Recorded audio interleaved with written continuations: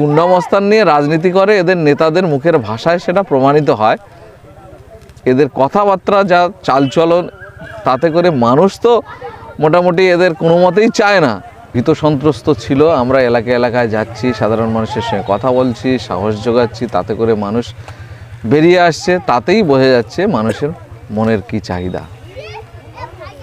মেডিগঞ্জ থেকে প্রতিমা মণ্ডল পাল্টা সভা করে বলছে নওশাদ সিদ্দিকী দিল্লি পার্লামেন্টে যাওয়া তো দূরের কথা, একটা বুথ জিতে দেখা। এই বিষয়ে কী বলবেন আপনি?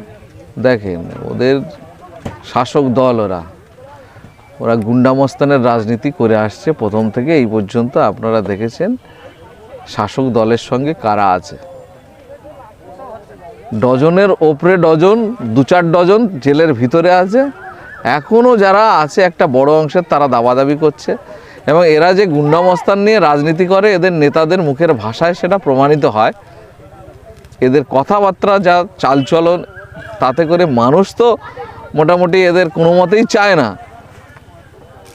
দম্ভ, ভয়, অহমিকা এইসবের মধ্য দিয়ে এরা চলছে। আপনি ভালো করে খেয়াল করবেন, তৃণমূলের যে জমায়েতগুলো হচ্ছে, এই জমায়েতটা কিভাবে ওরা জমায়েতগুলো করছে আর আমাদের জমায়েতগুলো হচ্ছে, এইগুলো আপনি ভালো করে দেখবেন। দুটোর মধ্যে ডিফারেন্স খুঁজে বার করবেন, তাহলে বুঝে যাবেন যে মানুষ মন থেকে, হৃদয় থেকে কাকে চাইছে বেশিরভাগ মানুষ।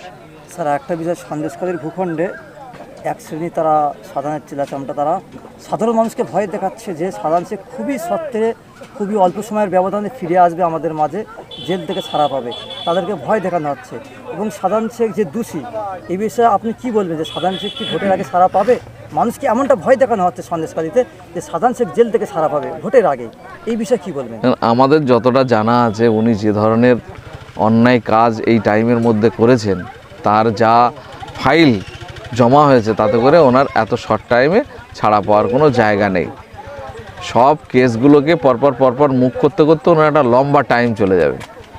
এরপরে একটা প্রশ্ন থাকে, সেটা হলো শাসক দল রাজ্যের আর সেন্ট্রালের শাসক দল দুটোর মধ্যে যদি নিজেদের মধ্যে নেগোসিয়েশন হয়ে যায়, সেটিং হয়ে যায়, তাহলে গল্পটা আলাদা জায়গায় দাঁড়াতে পারে। আমরা ইতিপূর্বে অনেক ঘটনা দেখেছি। দেশের বিচার ব্যবস্থা শাসক যারা আছে তারা নিয়ন্ত্রণের করার চেষ্টায় প্রতিনিয়ত মরিয়া প্রচেষ্টা চালিয়ে যাচ্ছে। এবং আমরা বাবরি মসজিদের রায় থেকে আমরা আমাদের সবার ধারণা পরিবর্তন হয়ে গেছে যে দেশ তথা রাজ্যের বিচার ব্যবস্থা অনেক ক্ষেত্রে প্রভাবিত হচ্ছে।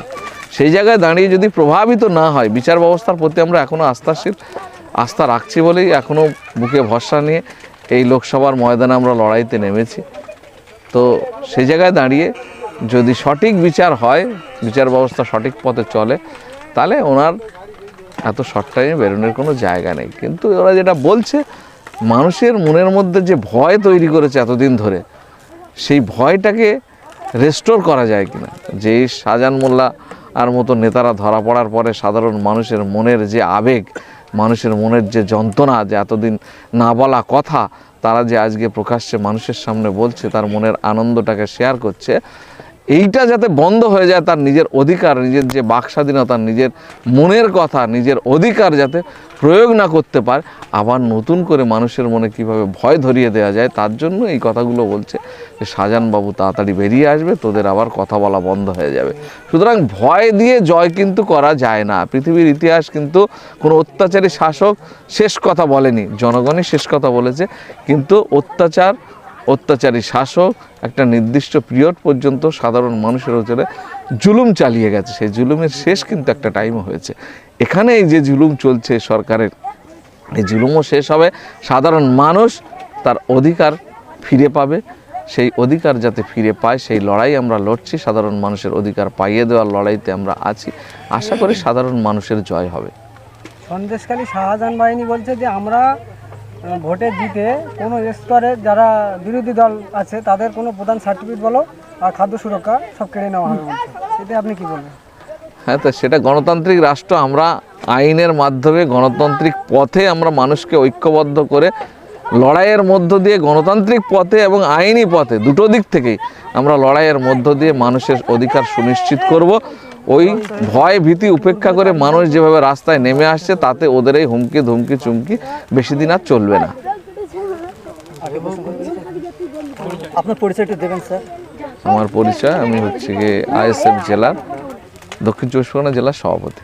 আচ্ছা স্যার, আর একটা লাস্ট কোশ্চেন, আইএসএফ মানুষ কেন করবে এই বিষয়ে একটু বলবেন।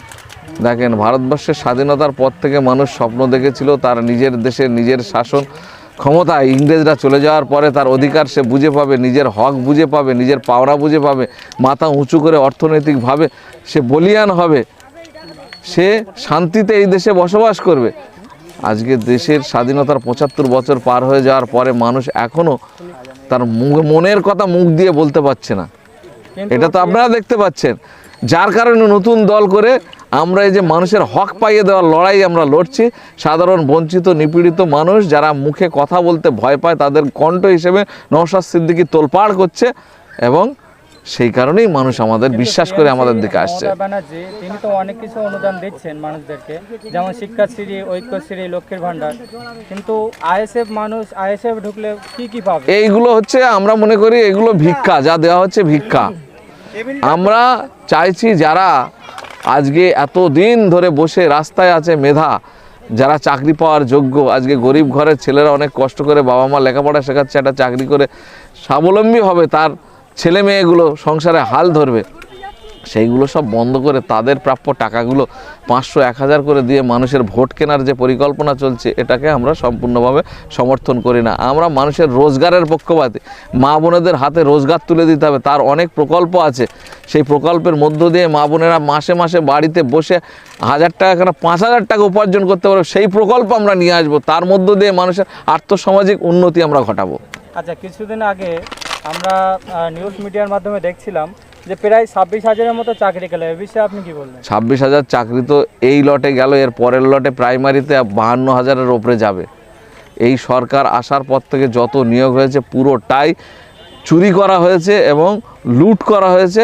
সাধারণ মানুষ যাদের অর্থ আছে, অর্থটাকে সরকার লুটে নিয়েছে, আর যার মেধা আছে, অর্থ নেই, তারা আজকে বঞ্চিত হয়েছে। প্রকৃত যে প্রাপক, যে যার অধিকার, পাওনার অধিকার, সেই অধিকার থেকে বঞ্চিত হয়েছে। সুতরাং যেটা হয়েছে, আমি মনে করি ২৬,০০০-এর মধ্যে যারা সঠিক পরীক্ষা দিয়ে মেধার মাধ্যমে চাকরি পেয়েছে, আমি বিচার ব্যবস্থার কাছে আবেদন রাখবো যে যারা সঠিক প্রাপ্য, যাদের এই ২৬,০০০-এর, আমার মনে হয় না যে পুরো ২৬,০০০ পুরোটাই দুর্নীতিগ্রস্ত এবং পুরোটাই টাকা দিয়ে বলেন দুর্নীতির মাধ্যমে চাকরি পেয়েছে। যারা দুর্নীতির মাধ্যমে চাকরি পেয়েছে তাদের বিচার হোক, কিন্তু যারা সঠিক পরীক্ষা দিয়ে মেধাকে প্রমাণ করে চাকরি পেয়েছে তাদেরটা আলাদা সেপারেট করে তাদের যাতে পুনর্বহাল করা যায় সেই চিন্তা ভাবনা করবে। এই যে চাকরি বাতিল হলো, এর মধ্যে কি কোনো রাজনৈতিক গন্ধ আছে বলে আপনার মনে হয়? হ্যাঁ, থাকতে পারে। যেমন? কারণ এই সময়ে চাকরি থেকে বরখাস্ত করে দিয়ে এই যে ২৬,০০০ এবং তারপরে আরও একটা লট আছে, তাদেরকেও একইভাবে এখান থেকে চাকরির থেকে বরখাস্ত হয়ে যাওয়ার পরে তারা কি করবে? তারা এই সরকারের মুখাপেক্ষী হয়ে থাকবে। সরকার চাইলে তাদেরকে পুনর্বহাল করবে, অর্থাৎ সরকার তাদেরকে পেছনে ঘোরানোর চেষ্টা করবে যে এই ভোটে আমাকে জেতালে তোমাদের ফের পুনর্বহাল করব, সবাইকে চাকরিতে ফের আবার ফিরিয়ে আনবো। আমি না ফিরতে পারলে তোমরা কিন্তু আর পাচ্ছ না। সেই কারণে এই চাকরি থেকে তাদেরকে সরিয়ে দিয়ে অপসারণ করে শাসক দল তার পেছনে ঘোরানোর ক্যাডার বাহিনী বানানোর প্ল্যান চালাচ্ছে।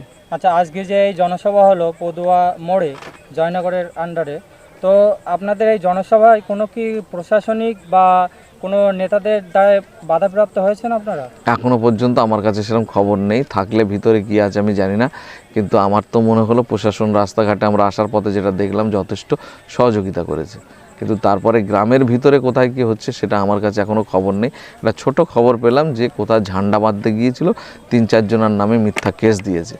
তো এরকম যদি হয়ে থাকে সে আমরা খতিয়ে দেখছি কী বিষয় হয়েছে না হয়েছে, পুলিশ প্রশাসনের সঙ্গে কথা বলবো দরকার। Thank you. পরিচয়টা আপনার পরিচয়টা হলো? আমি আইএসএফ দক্ষিণ চব্বিশ পরগনা জেলার সভাপতি। নামটা? আমার নাম আব্দুল মালেক মোল্লা। Thank you.